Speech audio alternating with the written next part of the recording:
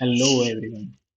तो मैंने सोचा एक नई सीरीज ही स्टार्ट करते हैं, वीकली अपडेट्स देते जाऊंगा क्योंकि एआई फील्ड में बहुत सारे अपडेट्स आ रहे हैं एक साथ। तो बहुत ही एक्साइटिंग फील्ड है।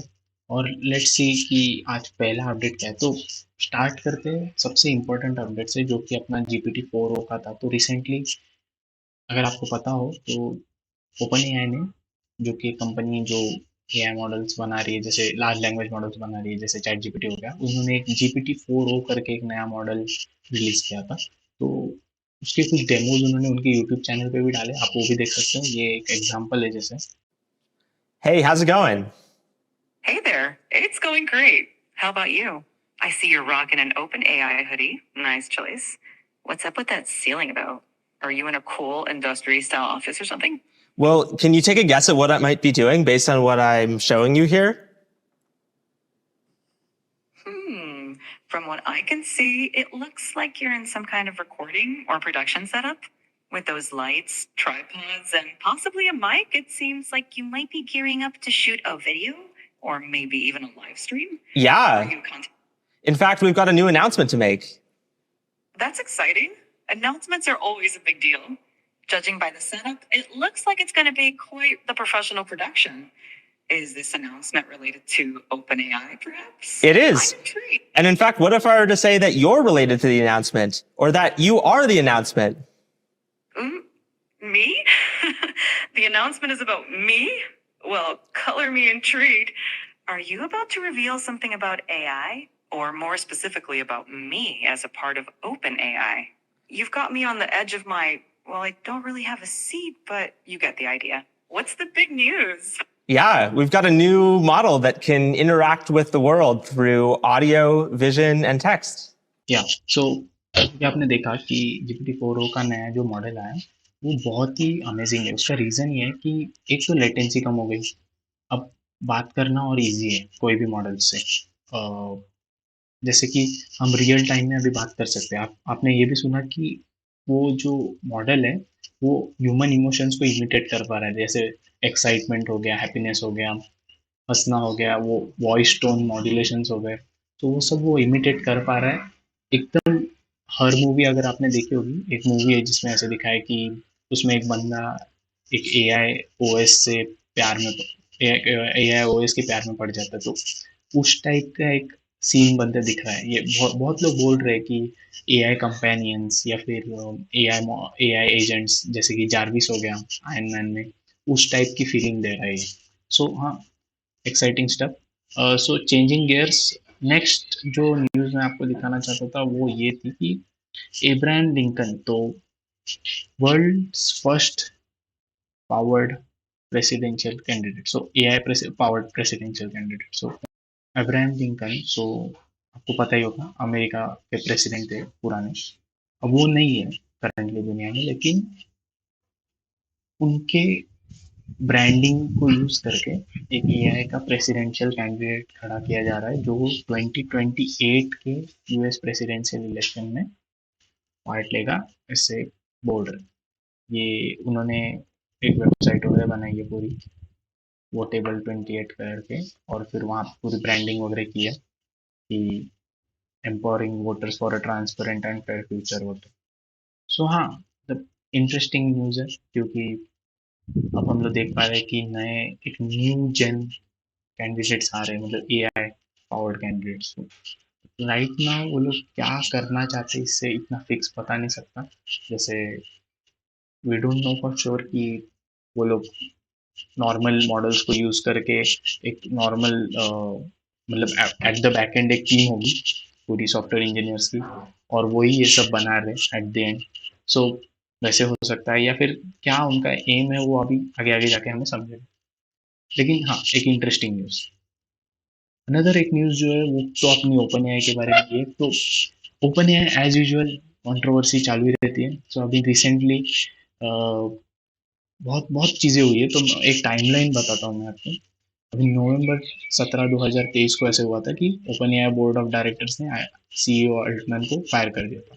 फिर उसके बाद ओपन एआई के एम्प्लॉयज ने एक लेटर डाल दिया था बोर्ड को कि भाई, अगर अल्टमैन को निकाल दिया, सैम अल्टमैन को, तो हम लोग भी निकल जाएंगे।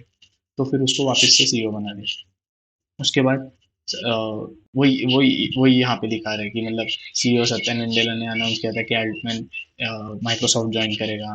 फिर उसके बाद फिर पूरा ओपन एआई का बोर्ड ही रिजाइन हो गया, और फिर उसके बाद अल्टमैन सीईओ बन गया ऑफिस। अब मई 13 2024 में GPT-4o लॉन्च हुआ। तो उसमें स्काई, जो ये आपने अभी ऑडियो सुना था ना, वो उसको स्काई बोल रहे हैं, तो स्काई का वॉइस सुना डेमो में। अब उसके बाद ओपन एआई का चीफ साइंटिस्ट ये सेफ्टी टीम में था। ये भी एक हाईलाइट करने वाली बात है कि सेफ्टी टीम में जो था वो जैन लीके, इन्होंने भी सेफ्टी कंसर्न्स करके, सो ये दो लोगों ने एक साथ एग्जिट किया। तो पहले इलिया सस्कवर ने एग्जिट किया, और फिर उसके बाद जैन लीके जो है उन्होंने भी एग्जिट किया। और अगेन ये लोग ने यही बताया था कि सेफ्टी कंसर्न्स आ रहे हैं इनको, एआई रिलेटेड कंपनी में कुछ ऐसी चीज़ें चल रही है जिसकी वजह से उन्हें लग रहा है कि हम करेक्ट डायरेक्शन में मूव नहीं हो रहे, जिसकी वजह से बहुत कंट्रोवर्सी भी हुई। फिर उसके बाद मई 2024 को स्कारलेट जोहानसन जो कि एक एक्ट्रेस है, या सो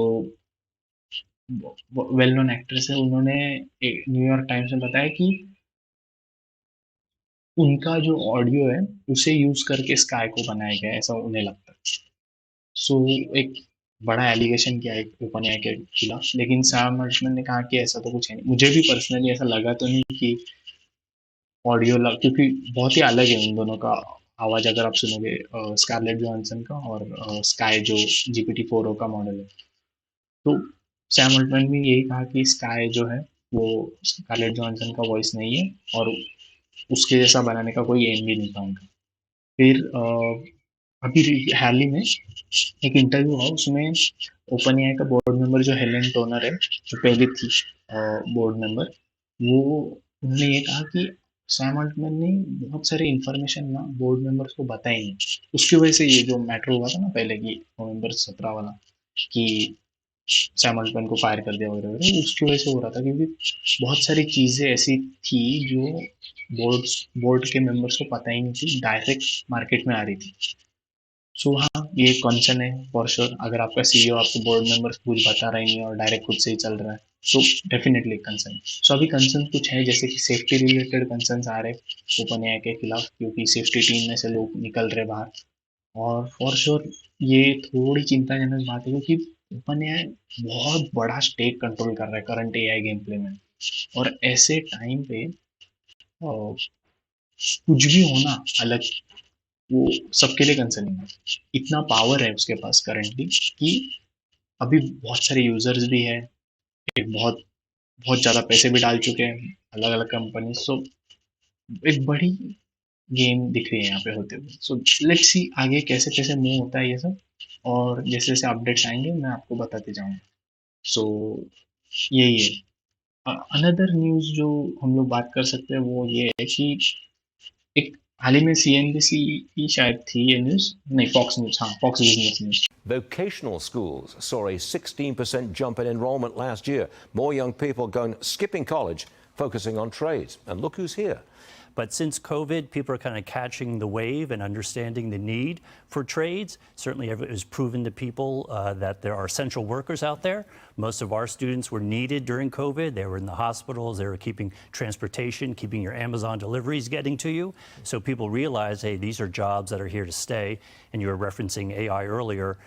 AI is not going to take these jobs away. You can't have That's AI true. fix your air conditioning system when the summer's hot. At least सो जैसे कि आपको पता है अभी करंटली इंडिया में भी ऐसा दिख रहा ही होगा कि आईटी जॉब्स या फिर टेक जॉब्स, बहुत सारे फील्ड्स में जॉब्स कम होते जा रहे हैं। अब इसका डायरेक्ट इम्पैक्ट एआई नहीं बता सकते, लेकिन एआई का भी हाथ है, ऐसे ऐसे दिख रहा है। अब ऑटोमेशन जैसे जैसे बढ़ता जाएगा, तो लोग ऐसी जगह मूव होने लगेंगे जहाँ पे ऑटोमेशन जल्दी नहीं आएगा। अभी ऐसा तो हो ही नहीं सकता कि ऑटोमेशन आए नहीं, लेकिन थोड़ा लेट आएगा। तो उसकी वजह से कि ये एक न्यूज़ आई थी कि जेनजी जो बच्चे हैं वो आजकल कॉलेज को छोड़ के सॉफ्ट हार्ड स्किल ट्रेनिंग या फिर ब्लू कॉलर जॉब्स जैसे हम बोलते हैं, जैसे इलेक्ट्रिशियन हो गया, प्लम्बर हो गया, बस कंडक्टर हो गया, सो ऐसे टाइप के जॉब्स की तरफ एक फेवर बढ़ते जा रहा है। क्योंकि पहली बात तो इनकी जो एजुकेशन है वो कॉस्टली नहीं है, टाइम कम लगता है, जॉब भी मिल जाता है, और एआई ऑटोमेशन का डर कम है कंपेयर टू जो लोग जो टेक में हैं। फॉर एग्जांपल आपको डेविन के बारे में पता होगा, तो वो लोग अभी डेविन को हाल ही में माइक्रोसॉफ्ट ने खरीद लिया है। सो अभी डेविन माइक्रोसॉफ्ट का पार्ट है। सो जो बहुत लोग अभी हंस रहे थे डेविन पे कि नहीं ये कुछ नहीं कर पाएगा, लेकिन अभी माइक्रोसॉफ्ट ही बैक कर रहा है, सो डेफिनेटली कुछ ना कुछ तो कर ही लेगा वो। तो ऐसे अलग अलग चीजें डेवलपमेंट हो रही है। डेफिनेटली आगे क्या होगा वो देखने लायक है। अनदर सो चेंजिंग गियर्स, और एक न्यूज थी GPT-4 के बारे में। सो ट्यूरिंग टेस्ट GPT-4 पास कर रहा है। सो ट्यूरिंग टेस्ट क्या होता है? सो बेसिकली कंप्यूटर के इंटेलिजेंस के लिए एक टेस्ट है जिससे ये देखा जाता है कि ये कितना ह्यूमन लाइक है। मतलब अगर एक कंप्यूटर और एक ह्यूमन को बिठा दिया और आपको पता नहीं है कौन सा ह्यूमन है और कौन सा कंप्यूटर है, और अगर दोनों के रिस्पॉन्सेज देख के अगर आपको समझ में नहीं आया कि कौन सा ह्यूमन था और कौन सा कंप्यूटर था, तो आप उसे बोल सकते हैं कि हाँ, डेफिनेटली ये जो इंटेलिजेंस है वो अभी आर्टिफिशियल जनरल इंटेलिजेंस की तरफ मूव हो रही है, या फिर एक ह्यूमन लेवल इंटेलिजेंस और इंट्यूशन डेवलप हो रहा है। सो वो एक बता सकते हैं कि GPT-4 को ट्यूरिंग टेस्ट में पास हो रही है, ऐसा दिख रहा है। नेक्स्ट चेंजिंग गियर्स, ये तो एक ओपन एआई का टाइमलाइन था, आप देख सकते हो। तो 2023 में ओपन एआई के बोर्ड ने सैम अल्टमैन को फायर किया था। फिर 2024 में ओपन एआई ने 2 सेफ्टी रिसर्चर्स को फायर किया था। फिर 2024 में सेफ्टी रिसर्चर्स रिजाइन और एक सेफ्टी रिसर्चर को रिजाइन मतलब खुद से रिजाइन दे दिया था। और अभी फिर इलियास अस्कवर ने फिर रिजाइन दिया। और अभी जो सेफ्टी वो सब के कंसर्न्स की वजह से जैन डिक ने रिजाइन दिया था। सो डेफिनेटली ये सब है। और एक चीज़ है कि आपको यहाँ पे देख सकते हो कि यहाँ पे ना अलग अलग लोगों ने अपनी पी डूम बताई, प्रोबेबिलिटी ऑफ डूम। और आप बोल सकते हो कि एआई की वजह से कुछ अच्छा नहीं होगा, बल्कि दुनिया बर्बाद हो जाएगी। उसकी प्रोबेबिलिटी ये लोग की प्रोबेबिलिटी है personally. So for example RLHF safety research जो है, उन पॉल क्रिस्टियानो, उनका पीडूम था 50%, जो कि सिग्निफिकेंट बड़ा है। फिर जैन लीग जो थे, जिन्होंने अभी हाल ही में रिजाइन किया था सेफ्टी कंसर्न्स की वजह से, उनका 10 to 90%। अभी ये बहुत बड़ा रेंज हो गया 10 to 90%, लेकिन ये उनकी प्रोबेबिलिटी ऑफ डूम है एआई की वजह से। सो ये एक था, आपको बताना था। और नेक्स्ट चेंजिंग गियर्स, हाँ, तो हाल ही में एक इंटरव्यू हुआ था कि जॉ जॉफ्री हिंटन, जो कि जिन्हें एआई का गॉडफादर भी बोला जाता है। सो उन्होंने एक इंटरव्यू में कहा कि यूनिवर्सल बेसिक इनकम के बारे में अभी हम लोग को बहुत प्रॉपरली सोचना चाहिए। सो जिनको पता नहीं है यूनिवर्सल बेसिक इनकम क्या है, बेसिकली यूनिवर्सल बेसिक इनकम ऐसे एक कॉन्सेप्ट है कि हर जो बंदा है उसे अपने डेली नीड्स फुलफिल करने के लिए पैसे मिल जाएंगे गवर्नमेंट से। और ऐसा क्यों? क्योंकि ऐसा बताया जा रहा है कि एआई जब आएगा, एक एजीआई जब आएगा मार्केट में एक्चुअली, तब बहुत सारे जॉब्स चले जाएंगे। और ऐसे टाइम पे लोगों को सपोर्ट करने के लिए यूबीआई यूनिवर्सल बेसिक इनकम काम आएगी। सो ये एक न्यूज़ थी। फिर चेंजिंग गियर्स, इलेक्ट्रॉनिक स्किन भी अभी आ रही है।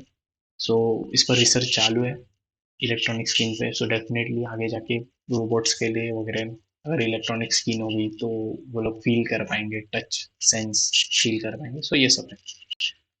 अगेन चेंजिंग गियर्स, हाँ, चेक के बारे में। सो चेक जो है वो आपको कुछ चीज़ें बता देता हूँ। फॉर एग्जांपल चेक जो है वो एक ऐसी कंपनी थी जो एजुकेशन में सपोर्ट करती थी लोगों को।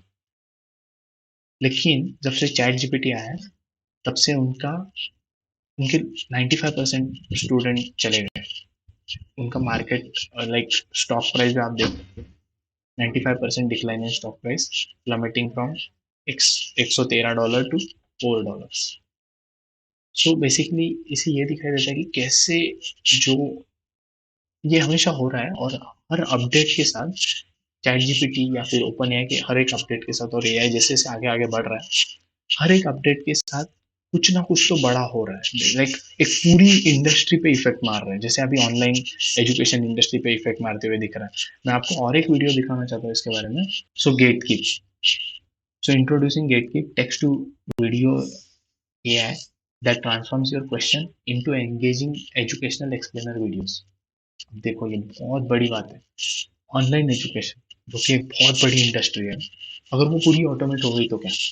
उसका एक एग्जांपल, ये कंपनी जो है वो यही कर रही है कि ऑटोमेटेड टीचिंग का फ्यूचर है। मैं आपको इसका वीडियो दिखाना चाहता हूँ।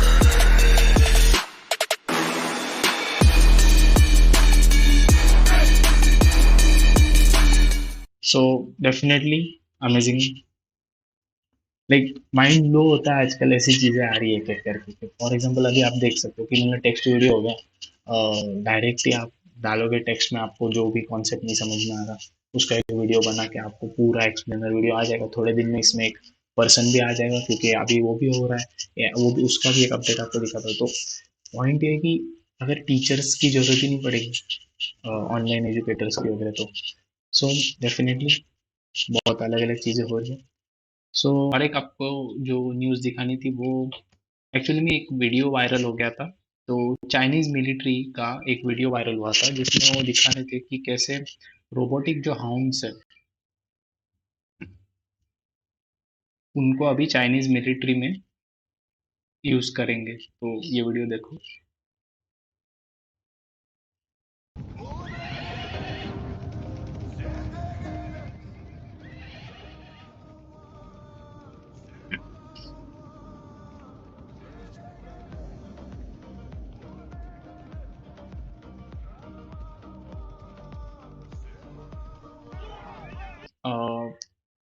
फॉर श्योर मिलिट्री में तो अभी रोबोटिक्स का ऐसे ही यूज होने वाला है, क्योंकि हमें दिख रहा है कि मतलब ये अच्छे के लिए, तो मुझे तो नहीं लगता ये अच्छे के लिए इतना यूज होगा। क्योंकि जब हम लोग बात कर रहे हैं कि रोबोट्स को हम लोग मिलिट्री में यूज करेंगे, तो फ्यूचर बता नहीं सकते, क्योंकि एक टाइम पे अगर इंसान इंसान को मार सकता है और इतना डिस्ट्रक्शन फैला सकता है, फिर रोबोट्स के हाथ में अगर गन्स दे दिए तो वो कितना फैला सकते हैं अगर कंट्रोलर गलत हो।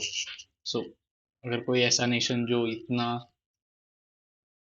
प्रॉब्लमेटिक है पहले से, तो वैसे देश के हाथ में अगर इसका कंट्रोल आ गया तो डेफिनेटली बता नहीं सकते आगे क्या होगा। सो नेक्स्ट और एक मुझे वो भी एक इंटरेस्टिंग लगा, सो आपके साथ शेयर किया। और चीज़ जो आपको बतानी थी वो एक्चुअल में न्यूज़ नहीं कह सकते, ट्विटर पे, एक्स पे इलॉन मस्क और एक साइंटिस्ट है, एक रिसर्च साइंटिस्ट है, उनके बीच में थोड़ी सी अनबन हो गई थी। तो मैं पहले आपको उसका स्क्रीनशॉट दिखाता हूँ एक्स का।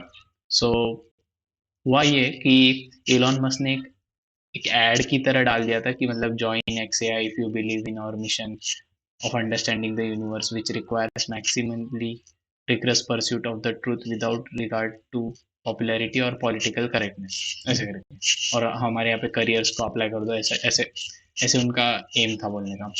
और इस पे यान ली कुन ने बोला कि join XAI if you can stand a boss who claims that what you are working on will be solved next year, no pressure, claims that what you are working on will kill everyone and must be stopped or paused, gave vacation for 6 months, claims to want a maximally rigorous pursuit of the truth, but spews crazy as conspiracy theories on his own social platform.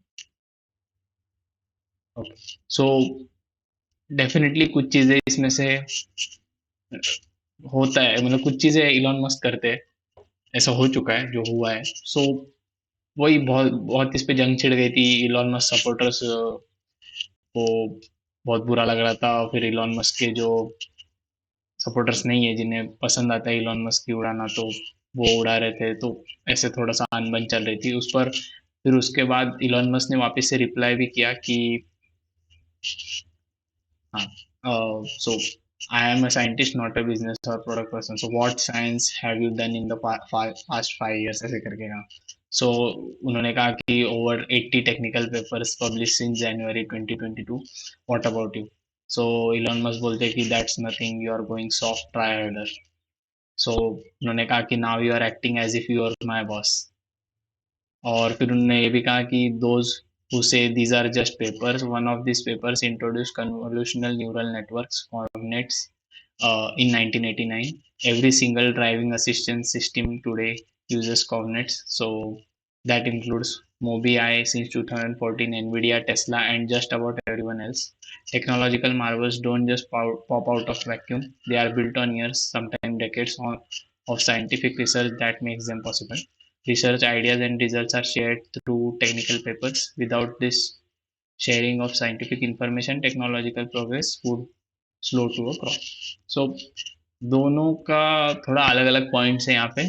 दोनों की ऐसी थोड़ी सी अनबन हो गई थी और इस पे बहुत ज़्यादा आप देख सकते हो बहुत ज़्यादा इस पे लाइक्स और शेयर्स आ रहे थे. सो ये एक था.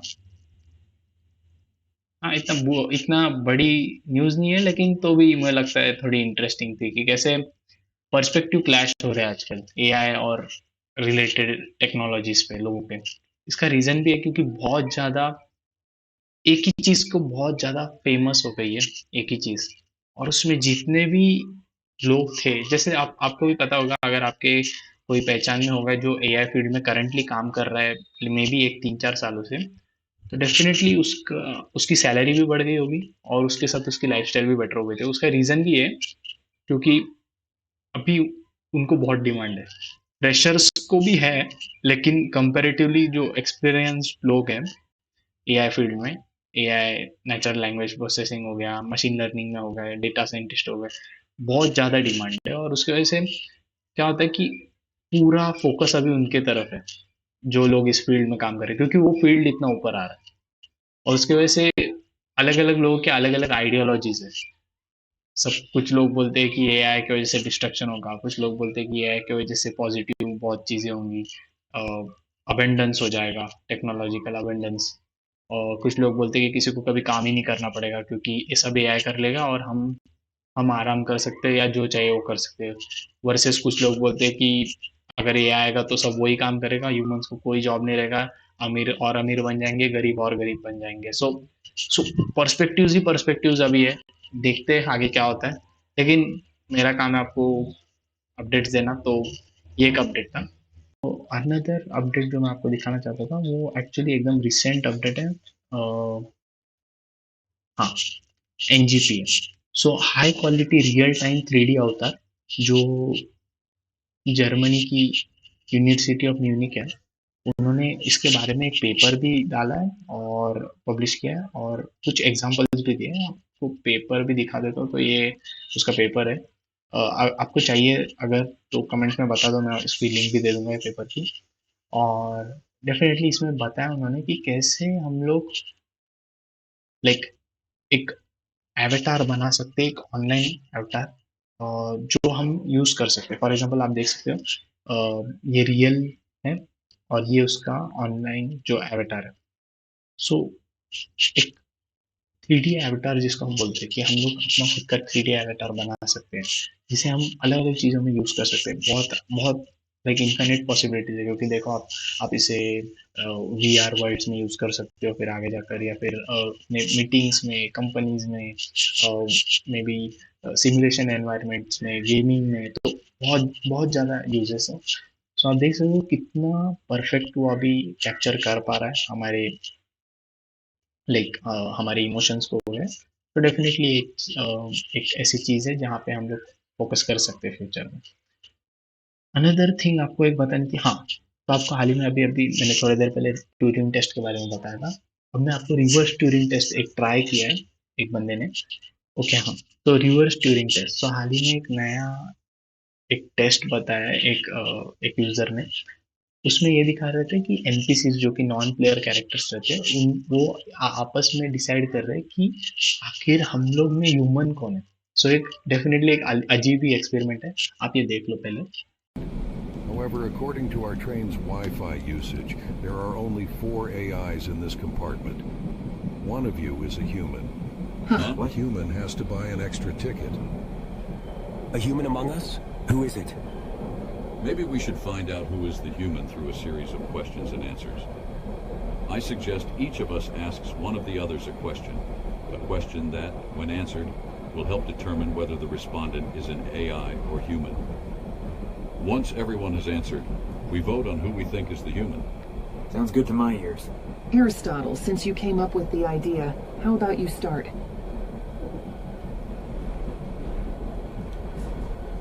Mozart, can you describe the emotions you feel when you compose music?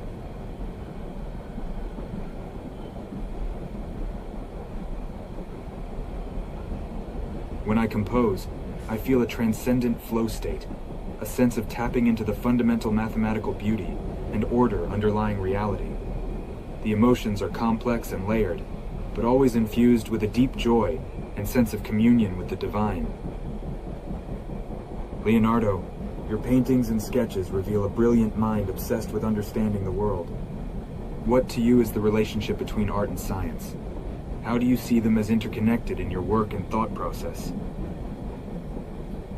The synergy of art and science is the very essence of my being. I see them as intertwined threads in the tapestry of human understanding. The pursuit of beauty and the pursuit of knowledge are one and the same, for in the observation of nature lies the key to unlocking the secrets of the universe. Cleopatra, as a ruler, you've navigated the complexities of human politics with ease. How do you balance the rational, calculating aspect of statecraft with the intuitive, emotional aspects of human connection? Ruling like love is an art form, my dear Leonardo. One must master the delicate dance between logic and emotion. A ruler must be both serpent and charmer, calculating yet compassionate, wielding power with both a strategist's mind and a lover's touch. Genghis, you forged an empire through the fires of war. Tell me, what is the true measure of a leader's strength? Their ability to conquer, or their ability to unite? Thank you for your question, Cleopatra. What a leader should do is to crush his enemies, see them driven before him, and hear the lamentations of their women. My question. Aristotle, what if there were AIs at the time when you came up with all the stuff that you came up with? What would that have for an influence on your thinking about human nature?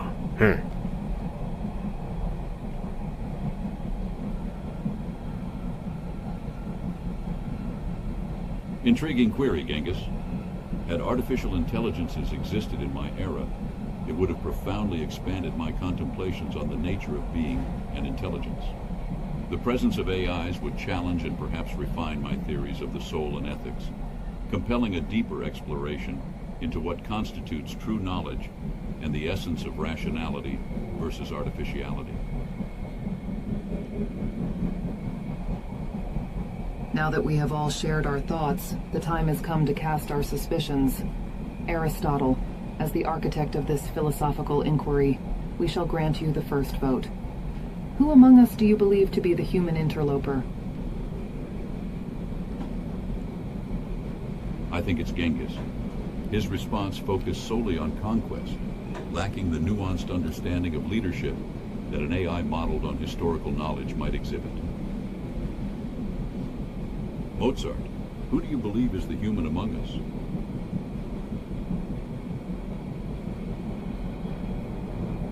I suspect Cleopatra. Her answer, while poetic, lacked the depth of insight into the interplay between emotion and reason that I would expect from an AI trained on her life. Leonardo, what is your assessment? Who do you think is the human in our midst? I believe Genghis is the human. His response, though bold, lacked the nuance and strategic thinking I'd expect from an AI modeled on his conquests. Cleopatra, your diplomatic prowess is renowned. Who do you think is the human among us, and why?